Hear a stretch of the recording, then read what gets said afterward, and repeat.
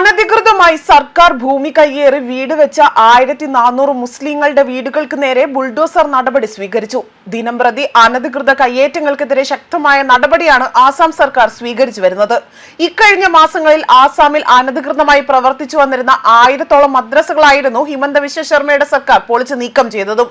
ഇപ്പോൾ സർക്കാർ വൈദ്യുതി പദ്ധതിക്കായി വിനിയോഗിക്കാൻ അനുവദിച്ച ഭൂമിയിലാണ് ഏകദേശം വരുന്ന 1500 കുടുംബങ്ങൾ വീട് കെട്ടി താമസിച്ചു പോരുന്നത്. ഇതിൽ 1400-ഓളം പേര് ബംഗാളി വംശജരായ മുസ്ലിങ്ങളാണ്. ദുബ്രെ ജില്ലയിലാണ് സംഭവം നടന്നത്. ഇവിടെ ഉണ്ടായിരുന്ന 1157 ഏക്കർ സർക്കാർ ഭൂമിയും ഇവർ അനധികൃതമായി കൈയടക്കി താമസിച്ചു പോരുകയായിരുന്നു.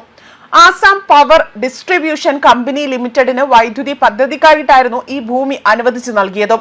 ഭൂമി വൈദ്യുതി പദ്ധതിക്കായി മാറ്റുന്നതിനുള്ള നിർദ്ദേശം മാർച്ച് 30-ന് ജില്ലാ ഭരണകൂടം സമർപ്പിച്ചതായും ഏപ്രിൽ 2-ന് നടന്ന ജില്ലാതല ഭൂമി ഉപദേശക യോഗത്തിന്റെ മീറ്റിംഗിൽ അല്ലെങ്കിൽ ആ ഒരു മിനിറ്റ്സിൽ വ്യക്തമാക്കുന്നുണ്ട്.